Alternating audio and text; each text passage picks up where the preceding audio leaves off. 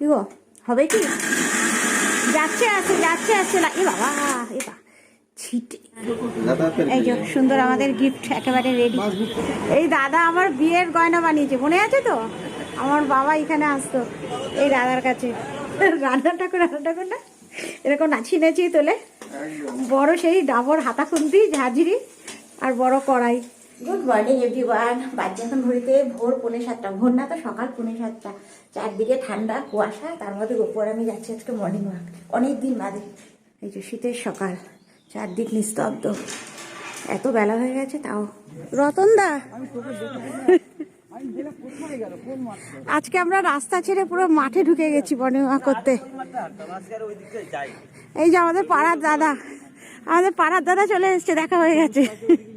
আজকে আমাদের এতটাই লেট না, আজকে রাস্তা ছেড়ে একেবারে আমরা মাঠে চলে এসেছি হাঁটতে। রাস্তায় যা গাড়ি চলছে যেভাবে, হাঁটাও যায় না। আজকে বেশিক্ষণ হাঁটতেও পারবো না, বলো? না, বেশিক্ষণ হাঁটা যাবে না। আমাদের বাড়ির কাছাকাছি একটা বিশাল বড় মাঠ, এই মাঠেই সেই চড়ক মেলা হয়। এদের অবস্থা দেখো ঠান্ডায়। ও বাবা, বলার সাথে সাথে জুবুথুবু হয়ে ঘুমাচ্ছিল ঠান্ডায়। এখানে একটা আর এইখানে একটা, দেখো কিরমভাবে শুয়ে আছে। এই আমাদের সুন্দর হাঁটাফাটা হয়ে গেছে, কিন্তু আমাদের আজকে বাজারের কিচ্ছু নেই, জানো তো? ঠাকুরের ফুলটা নিতে হবে, ওখানে গেছে। এই যে একেবারে ফুল নেওয়া হয়ে গেছে। আজকে বেশিক্ষণ হাঁটতে পারলাম না আমরা। এই যে আর একজনকে দেখো গভীর ঘুমে হাতছন্ন। বাবা ওঠো, আন্টি আসবে, উঠে পড়ো। ডবল করে খাটাতে লোকটা ভালোবাসে। যখন আসলাম তখন বললাম যে পাউরুটিটা নিয়ে নাও, বললে না পাউরুটি খাবোই না। আর এসে সেই ঘুরে ফিরে পাউরুটিতেই আছে। আসার পর মনে পড়েছে ঠান্ডায় একটু চা পাউরুটি খাই, একটু হঠাৎ করে ইচ্ছে করলো। তোমার তাতে কষ্ট হয়েছে কিছু? আমার কষ্ট হয় না, কষ্টটাকে মাথায় আনি না। আজকে আমাদের ব্রেকফাস্টে বাটার টোস্ট আর রুটি, আর কুকারে হচ্ছে আমাদের ডিম সেদ্ধ। ওখানে চাও বসিয়ে দিয়েছে। আজকে আমাদের আদা দিয়ে চা হচ্ছে। আর তোমাদের বললাম না কিচ্ছু আনার নেই, গপু বাড়িতে এসে আবার এই কটা রুটি নিয়ে এসছে। এই রুটি দিয়ে চা খেতে বেশ ভালো লাগে, একটু বাটার লাগিয়ে নেবো, মুচমুচে করে টোস্ট হবে এটা দিয়ে। আর সুন্দর এখানে চা ফুটছে। আজকে আমাদের গুড়ের চা হবে। গুড়ের চা খেতে কিন্তু শীতের সময় বেশ ভালো লাগে। এই যেখানে গুড় আছে, গপু অবশ্য সুগার ফ্রি। আর এখানে আমাদের পাউরুটি টোস্ট হচ্ছে, একদম মুচমুচে করে পাউরুটি টোস্ট।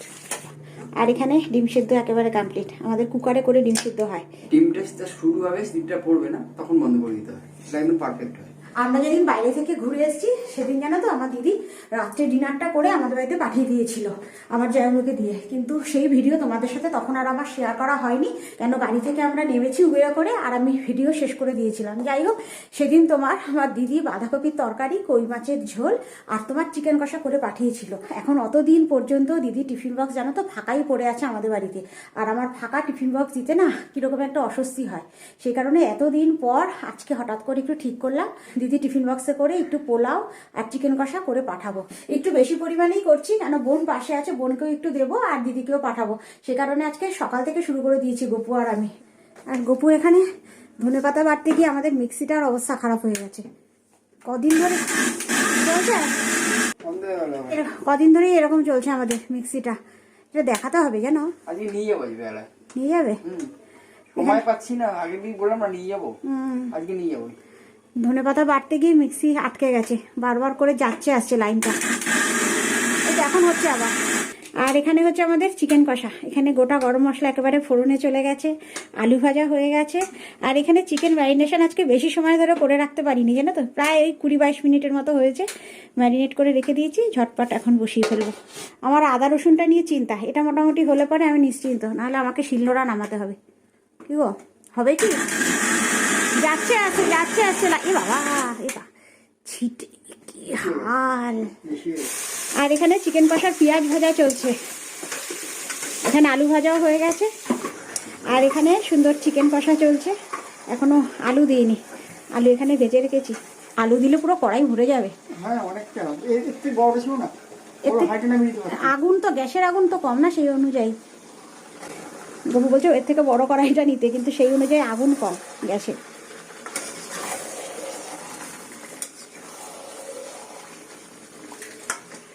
আর গপু এখানে করছে বড় কাজ, কড়াইশুঁটি ছাড়িয়ে দিচ্ছে।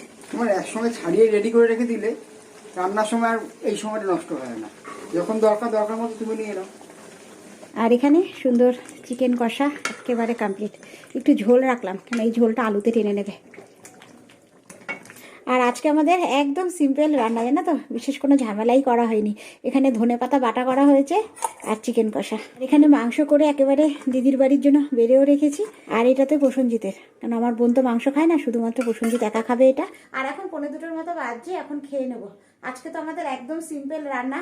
গোপুর সেই ঐতিহাসিক ধনেপাতা বাটা, যেটা কিনা বাটতে গিয়ে পুরো টাইলস, মিক্সচার মেশিন সমস্ত জায়গায় ছড়িয়ে গেছিলো, জানো তো। একটু জলটা বেশি পরিমাণে পড়েছে, তার মধ্যে মিক্সচার মেশিনটাও ডিস্টার্ব করছে, সেই কারণে ছড়িয়ে গেছে। যাই হোক, খাওয়া দাওয়ার পর পোলাওটা বানাবো। গোপু তাহলে একেবারে দিদির বাড়িতে বিকেল বিকেল ওটা দিয়ে আসতে পারবে, একদম গরম গরম।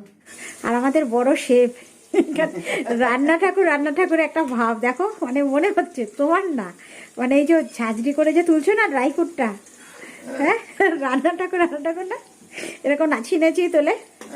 বড় সেই ডাবর হাতা খুন্তি ঝাঁঝরি আর বড় কড়াই। এখানে আমাদের পোলাওয়ের সমস্ত ড্রাই ফ্রুট ভাজা চলছে, গোপুই ভাজছে, সমস্ত ঘিয়ে ভাজা চলছে আমাদের। বলছি একটু রান্না ঠাকুর মনে হচ্ছে না।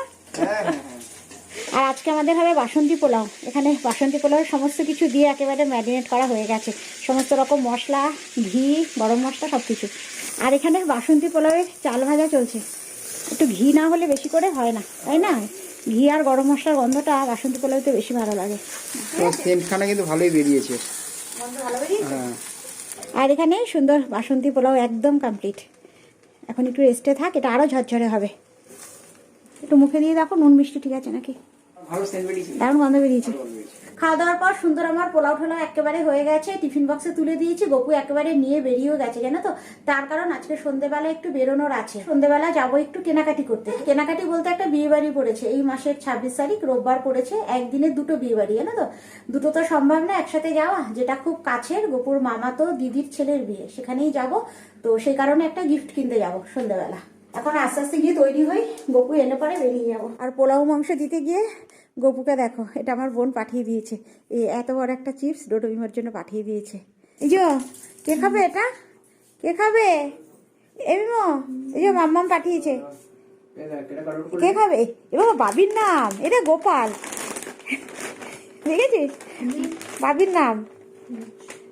দাদা ভাইকে দে, ডোডো খাবি? ওগুলো আছে। বলার সাথে সাথে দেখো প্যাকেট কাটাও হয়ে গেছে। একটা দে বাবা, আমার হাতে কটা দে। দে। ভিক্ষে চাইছি কেন? ভিক্ষে চাইছে কেন? ভিক্ষে চাইছো কেন? আর এখন বাজে পুরোপুরি 8:20। গপুও চলে এসছে, তৈরি হয়ে নিয়েছি, এখন বেরিয়ে যাব। অনেক কিছু আমাদের লিস্টে ছিল, জানো তো, কি দেবো প্রেজেন্টেশনে। তারপরে গপু আর আমি ঠিক করলাম, আমাদের হাতে তো খুব বেশি সময় নেই। আমাদের কাছাকাছির মধ্যে যে সোনার দোকান, মানে আমার বিয়ের সমস্ত গয়না ওখান থেকেই করা হয়েছে। তারপরে আমি এখানে আসার পরেও টুকটাক ওখান থেকে আমার অনেক কিছুই কেনা হয়েছে। এখন সোনাটা ভীষণ ভালো দেয়, জানো তো, ওই দোকানে। তো সেখানেই যাচ্ছি। একটা গলার টার্সেল টাইপের কিছু একটা গপু দেখে এসছে গতকালই, সেটাই এখন যাচ্ছি পছন্দ করে আনার জন্য। একেবারে তৈরি হয়ে নিয়েছি। ওর টিচার এসে, জানো তো, পড়াতে। একটু চা করে দিলাম, চা দিয়ে বেরিয়ে যাব। আর আমাদের টি ব্যাগ, এই টি ব্যাগের গল্প তো তোমাদের আগেই বলেছি। আউলি যাওয়ার আগে গপু নিয়ে এসে এক বাক্স টি ব্যাগ, এখনো শেষ হয়নি, বাড়িতে নিয়ে চলে এসেছি। হ্যাঁ না, তাই বলে এত? হ্যাঁ অনেক। প্রতিদিন আমরা খাইও নি, প্রতিদিন আমরা চা খাইও নি, আবার ফেরত নিয়ে এসেছি বাড়িতে। না, এটা রেখে দাও। এখন টিচারকে চা দিয়ে তারপরে বেরোবো। ইগো হেলমেট নিতে হবে? হেলমেট লাগবে না নিতে, একদম আমার এটা বাঁচোয়া, জানো তো। এই মাথায় রুমালটা পরে নিয়েছি, আমি হেলমেট নেবো না, ঠিক আছে?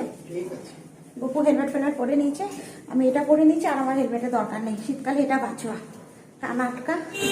এই আমরা সুন্দর শিলপাড়া চলে এলাম। আমাদের বাড়ি থেকে বেশি দূর না সোনার দোকান, এই শিলপাড়াতেই। এখান থেকে দেখে আসো।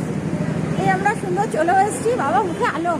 এই আমরা সুন্দর চলে এসেছি একদম আমাদের শিলপাড়ায় সোনার দোকান, আমাদের চেনা পরিচিত সোনার দোকানে।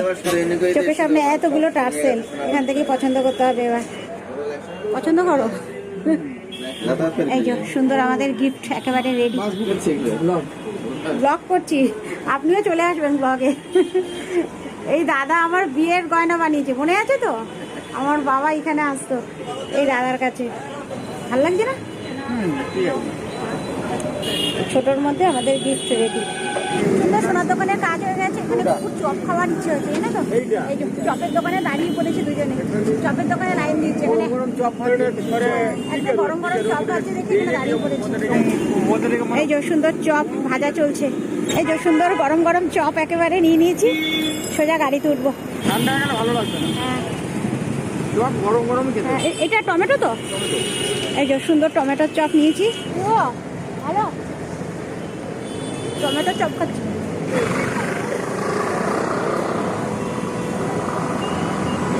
টমেটোটা পুরো মুখে পড়ছে তো দারুণ লাগবে।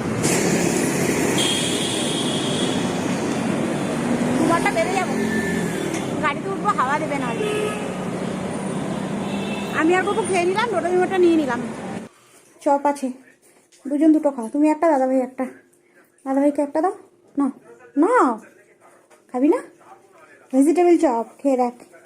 আজকে কটায় জানি এসছি আমরা, 10:30, এখন 10:30টার মতো বাজছে। শিলপাড়ায় গেছিলাম ওই গিফট কিনতে, আমাদের 26শে জানুয়ারি বিয়ে বাড়ি আছে, তার গিফট কিনতে গেছিলাম। 10:30টার মতো বাজছে, গিফটটা কোনো রকমে রেখে ড্রেসটা চেঞ্জ করে ওপরে চলে এসেছি, জানো তো রাত হয়ে যাচ্ছে। আজকে কিচ্ছু করিনি, সকালে তো সেই চিকেন কষা করেছিলাম সেটা আছে, আর পোলাও, এই আমাদের আজকের খাবার। আর এখন 11:30টার মতো বাজছে, খাওয়া দাওয়া করে একেবারে নিচে চলে এসেছি, আর এই পড়ার ঘরে বসেছি একটু এডিটিং করতে, জানো তো আজকের ব্লগটা। আর এখন মনে পড়েছে ভিডিওটা আমি শেষই করিনি, তো চলো এর সাথে এই ভিডিওটা আজকে এখানেই শেষ করে দিচ্ছি। যদি কিছু ভালো লেগে থাকে একটা লাইক করে দিও। দেখা হচ্ছে তোমাদের সাথে আবার নেক্সট ব্লগে, ততক্ষণে জন্য সবাই সুস্থ থেকো, ভালো থেকো। তাহলে এখনের মতো গুড নাইট। আর আমার সাথে সাথে আমার বিমকেও দেখো, এই যে একেবারে কম্বলের তলায় ঢুকে শুয়ে আছে, এখনো ঘুমায়নি। ওকে ঘরে বিছানায় শোবো, ভিডিওটা আজকে আপলোড করবো, তারপরে শুয়ে পড়বো।